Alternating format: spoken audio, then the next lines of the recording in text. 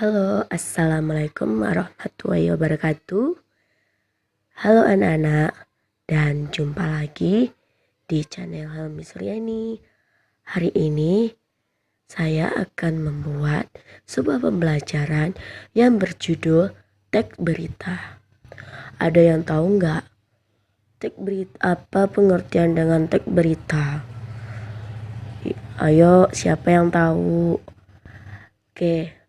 Teks berita itu adalah teks yang berisi tentang segala peristiwa yang terjadi di dunia yang disebabkan melalui berbagai media seperti radio, televisi, internet, dan lain-lain.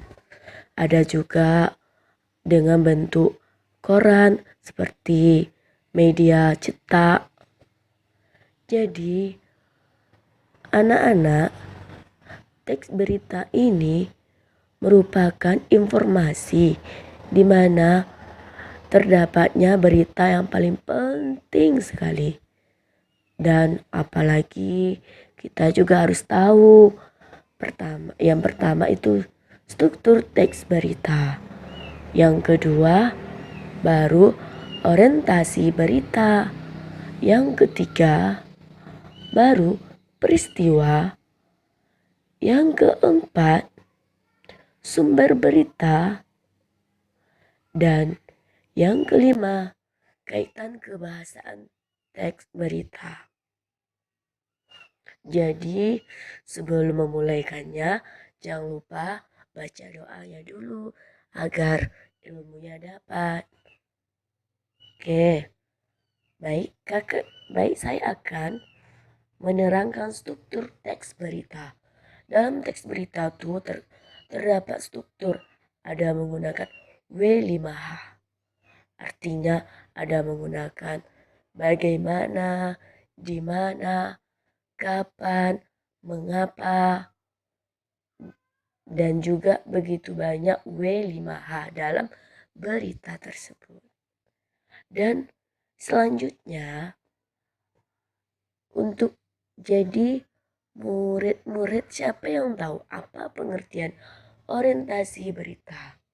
Ayo, siapa yang tahu orientasi berita? Oke, ya betul. Ya juga betul. Jadi, orientasi berita itu berisi mengenai pembuka dari suatu peristiwa yang diberikan. Biasanya terdapat penjelasan singkat mengenai berita tersebut. Ya, yang selanjutnya peristiwa. Ada yang tahu nggak peristiwa itu maksudnya kayak mana? Ayo, siapa yang tahu? Ya, betul. Ya, jadi peristiwa ini berisi mengenai jalanannya. Maksudnya kejadian dari awalnya sampai akhir, baru yang didasari pada peristiwa yang terjadi dan dijelaskan berdasarkan fakta dari lapangan tersebut seperti kejadian gitu. Oke, kita lanjut. Baik, selanjutnya sumber berita.